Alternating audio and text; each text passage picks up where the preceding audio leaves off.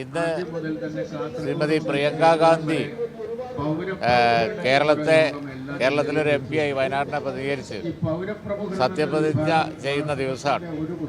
ഭരണഘടനയുടെ ചെറുകോപ്പി ഉയർത്തി കാണിച്ചുകൊണ്ടുള്ള അവരുടെ സത്യപ്രതിജ്ഞ വമ്പൻ ഭൂരിപക്ഷത്തിന് വിജയിപ്പിച്ചയച്ച കേരളീയർക്കൊക്കെ അഭിമാന മുഹൂർത്തമാണ്.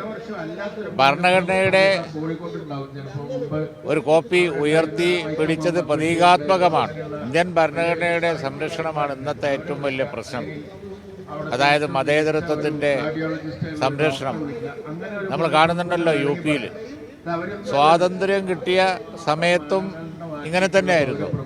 അതിനെ തുടർന്നാണ് നമുക്കറിയാം, ആ കാലഘട്ടത്തിലാണ് നമ്മുടെ ഹൃദയത്തിന് മുറിവേൽപ്പിച്ച ഗാന്ധി വധം പോലും ഉണ്ടായത്.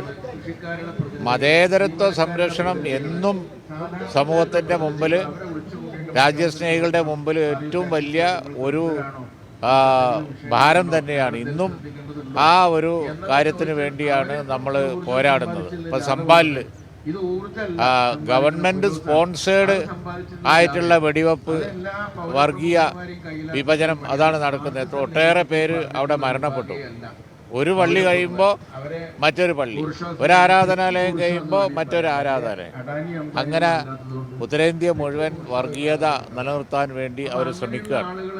മണിപ്പൂരിലും അതേപോലെ തന്നെ BJP അവരുടെ ആ ഒരു ഹിംസാത്മകമായ നിലപാട് ഇവിടെയുള്ള വിവിധ ന്യൂനപക്ഷ ജനവിഭാഗങ്ങളോട് പുറത്തെടുത്തുകൊണ്ടിരിക്കുകയാണ്.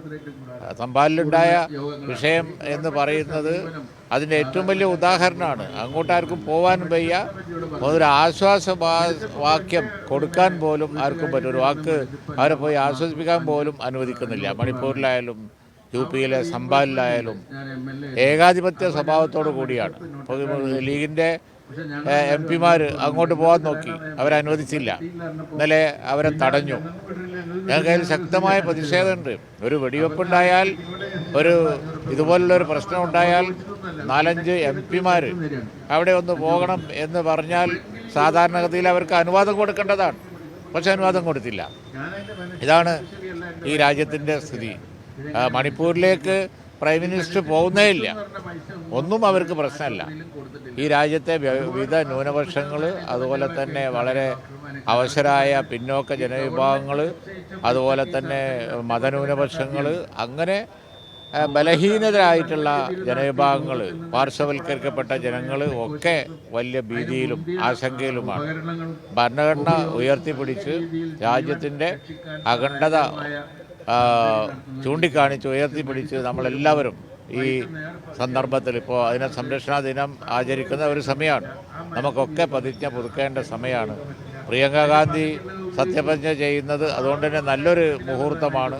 പ്രതീകാത്മകമായി ഭരണഘടന ഉയർത്തിയത് അത് ഞാൻ എടുത്തു പറയുകയാണ്. സംഭാലിലെ ആ സംഭവം, അതിൽ ലീഗ് MP-മാരെ തടഞ്ഞത് അങ്ങേയറ്റം പ്രതിഷേധാത്മകമാണ്. അവിടെ പാർട്ടി ഉടനെ തന്നെ യോഗം ചേർന്ന് നിയമസഹായം കൊടുക്കാൻ വേണ്ടി, അവിടെയുള്ള പാവപ്പെട്ട ആളുകൾക്ക് നിയമസഹായം കൊടുക്കാൻ വേണ്ടിയുള്ള തീരുമാനം ഉടനെ എടുക്കും. അതിനെല്ലാവിധ പിന്തുണയും ഞങ്ങൾ കൊടുക്കും. എവിടെയൊക്കെ ഇത്തരത്തിലുള്ള പ്രശ്നങ്ങളുണ്ട് അവിടെയൊക്കെ ഇപ്പോൾ സുപ്രീം കോടതി ഇടപെടണം, കോടതി ഇടപെടണം എന്ന മുദ്രാവാക്യമാണ് വരുന്നത്. കാരണം അതേ രക്ഷയുള്ളൂ എന്നുള്ളൊരു ചിന്ത ജനങ്ങളിൽ ഉയർന്നു വരികയാണ്. പിന്നെയും ഒരു ആരാധനാലയം കഴിയുമ്പോൾ വേറെ. ഇന്നിപ്പോൾ അജ്മീറിൻ്റെ വാർത്തയുണ്ട്, നോട്ടീസ് കൊടുത്തത്. അപ്പോൾ ഇതൊക്കെ കരുതിക്കൂട്ടി ചെയ്യുന്നതാണ്. കോടതി തന്നെ പരമോന്നത കോടതിയെ സുപ്രീം കോടതി തന്നെ ഇടപെടാതെ നടക്കില്ല. അങ്ങനെയുള്ള ഒരു കാലഘട്ടത്തിലൂടെയാണ് നമ്മൾ കടന്നു പോകുന്നത്. നിയമസഹായം സുപ്രധാനമാണ്. ആ കാര്യത്തിൽ ഞങ്ങൾ വേണ്ട സഹായം ചെയ്തു കൊടുത്ത് രംഗത്തുണ്ടാവും എന്ന് പറയാനാണ് ഞാൻ ഈ സന്ദർഭം ഉപയോഗിക്കുന്നത്.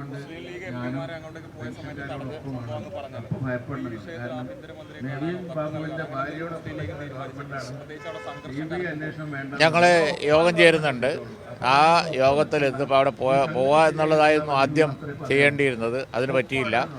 തുടർന്ന് നിയമസഹായം ചെയ്യാനും, അതുപോലെ തന്നെ ആഭ്യന്തര മന്ത്രിയാണെങ്കിൽ, അതിന് പ്രൈം മിനിസ്റ്റർ ആണെങ്കിൽ എന്താണ് ചെയ്യേണ്ടത് എന്നുള്ളത് അവർ ആലോചിക്കുന്നുണ്ട്. MP-മാർ ആലോചിക്കുന്നുണ്ട്. തീർച്ചയായും പാർലമെൻറ്റിനകത്തും പുറത്തും ഒക്കെ ആവുന്നതൊക്കെ ഞങ്ങൾ ചെയ്യും.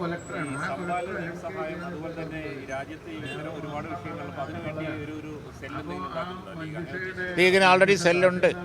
പൗരത്വ വിഷയം വന്നപ്പോൾ ഞങ്ങൾ സുപ്രീം കോടതിയിൽ പോയി ശ്രദ്ധ നേടിയതാണ്.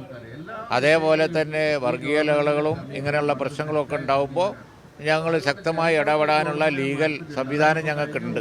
ആ സംവിധാനം ഉടനെ തന്നെ വർക്കിംഗ് ആക്കും. ഇന്നലെ ഇ ടി മുഹമ്മദ് ബഷീറും അതുപോലെ ബാക്കി എം പിമാരുമായിട്ട് ഞാൻ സംസാരിച്ചിട്ടുണ്ടായിരുന്നു. ഇന്ന് വൈകുന്നേരമോ മറ്റോ ഞങ്ങൾ യോഗം ചേർന്നിട്ട് ഇത് സംബന്ധിച്ചുള്ള അവസാന തീരുമാനമെടുത്ത് നിങ്ങൾ അറിയിക്കും.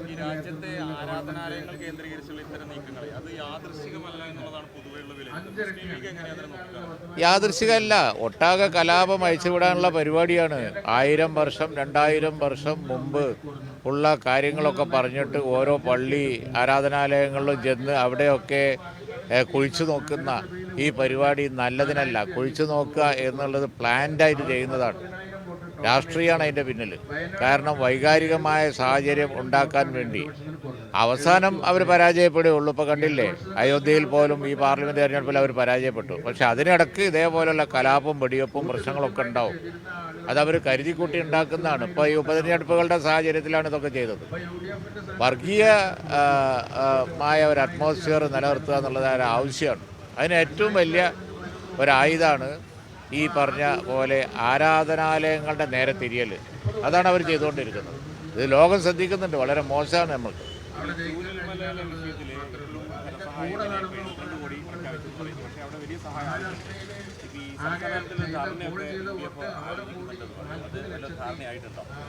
ആ ചൂരൽമല വിഷയത്തിൽ, മുണ്ടക്കൈ ചൂരൽമല വയനാടുണ്ടായ ദുരന്ത വിഷയത്തിൽ ഇനി പ്രക്ഷോഭ മാർഗങ്ങൾ ആലോചിക്കേണ്ടി വരും.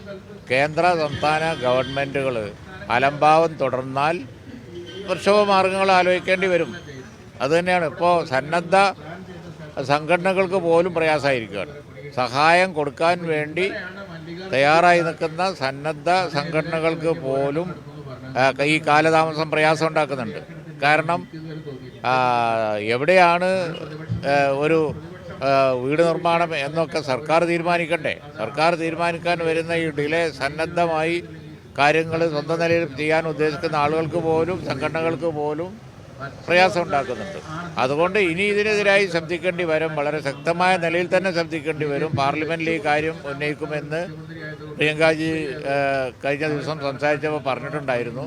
അതിനെ തുടർന്ന് ഞങ്ങൾ ആലോചിക്കും എന്താ വേണ്ടതെന്നുള്ളത്. നവീൻ ബാബുവിന്റെ മരണവുമായി ബന്ധപ്പെട്ട് കുടുംബം CBI അന്വേഷണം ആവശ്യപ്പെട്ടിട്ടുണ്ട്.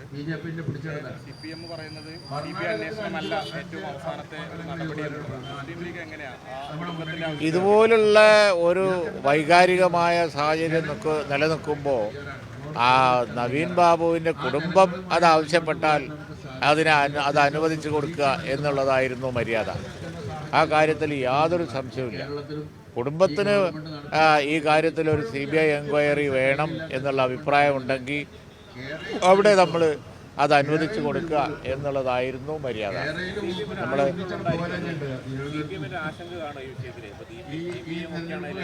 CBI എൻക്വയറിയെ എതിർക്കുന്നത് സംശയാസ്പദം തന്നെയാണ്. യാതൊരു സംശയവുമില്ല. സാങ്കേതികമായ കാരണങ്ങളാൽ CBI എൻക്വയറി വേണ്ട എന്ന് പറയേണ്ട ഒരു വിഷയമല്ല ഇത്. അതുകൊണ്ടാണ് അവർ പൊതു താല്പര്യം വെച്ച് ഹൈക്കോടതിയിൽ പോയിരിക്കുന്നത്. ഈ കാര്യത്തിൽ കോടതിയുടെ തീരുമാനം ഉണ്ടാവും എന്ന് നമുക്ക് കരുതാം. കാരണം എന്താ വെച്ചാൽ അവിടെ കൊല്ലപ്പെട്ട കുടുംബത്തിൻ്റെ ആവശ്യത്തിനാണ് മുൻഗണന കൊടുക്കേണ്ടിയിരുന്നത്. യാതൊരു സംശയവും ആ കാര്യത്തില്ല. അത് അനുവദിക്കാത്തത് അങ്ങേയറ്റം സംശയാസ്പദം തന്നെയാണ്.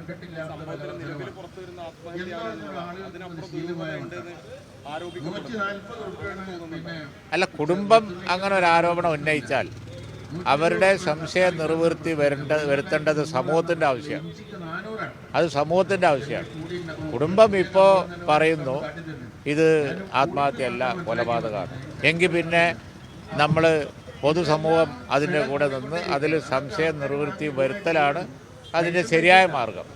അതുകൊണ്ടാണ് ഇത്തരം വൈകാരികമായ സെൻറ്റിമെൻ്റലായ വിഷയങ്ങൾ കോടതികളിൽ വരുമ്പോൾ ഇതിനു മുമ്പുമൊക്കെ ഗവൺമെൻറ് സ്റ്റാൻഡ് കുടുംബത്തിൻ്റെ ആവശ്യത്തിന് അനുകൂലമാക്കി മാറ്റുന്നു. അത് സാങ്കേതികത്വം പറഞ്ഞ് നിർത്തേണ്ട ഒരു സംഗതി അല്ല എന്നാണ് എൻ്റെ അഭിപ്രായം. മറ്റൊരു കാര്യം, ഈ ഗവർണർ രൂക്ഷമാണ് DC നിയമനത്തിൽ അദ്ദേഹത്തിന്റെ ഇടപെടലിനെതിരെ CPM രംഗത്ത് വരുന്നത്.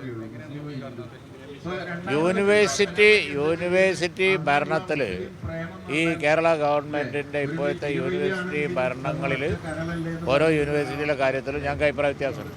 പക്ഷേ എന്ന് കരുതി സ്വന്തം നിലയിൽ ഗവർണർ കയറി ഭരിക്കുക എന്നുള്ളതിനെ ഞങ്ങൾ അനുകൂലിക്കുന്നില്ല.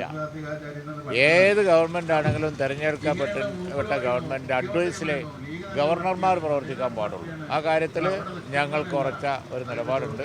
യൂണിവേഴ്സിറ്റി ഭരണത്തിൽ കേരള ഗവൺമെൻറ്റിൻ്റെ കാര്യത്തിൽ എതിരായി സമരം നടത്തുന്നവരാണ് ഞങ്ങൾ. പല അഭിപ്രായ വ്യത്യാസങ്ങളുമുണ്ട്. യൂണിവേഴ്സിറ്റികൾ നടക്കുന്ന കാര്യങ്ങൾ ഒട്ടും അഭികാമ്യമല്ല. പക്ഷേ ഗവർണറെ നടപടി ന്യായീകരിക്കാനും കഴിയില്ല. ഇന്ത്യയൊട്ടാകുണ്ട്, തമിഴ്നാട്ടിലുണ്ട്, അതുപോലെ തന്നെ ബാക്കി സ്ഥലങ്ങളിലൊക്കെ ഉണ്ട്. അത് അതിൻ്റെ ഭാഗമാണ്. അത് ഗവർണറുടെ ഒരു BJP രാഷ്ട്രീയം, ആ BJP രാഷ്ട്രീയത്തിൻ്റെ ഭാഗമായിട്ടാണ് ഇന്ത്യയിലെ ഇതുപോലുള്ള പല സംസ്ഥാനങ്ങളും നടന്നുകൊണ്ടിരിക്കുന്നത്. അതുകൊണ്ട് അതിനെ ഒരിക്കലും ഇന്ത്യ മുന്നണിയോ അല്ലെങ്കിൽ UDF അനുകൂലിക്കൂല. പക്ഷേ യൂണിവേഴ്സിറ്റി ഭരണങ്ങളിൽ നടക്കുന്ന ഭരണത്തിൽ ഞങ്ങൾക്ക് അങ്ങേയറ്റം അഭിപ്രായ വ്യത്യാസമുണ്ട്. അതിനോടുള്ള എതിർപ്പ് ഞങ്ങൾ തുടരുകയും ചെയ്യും.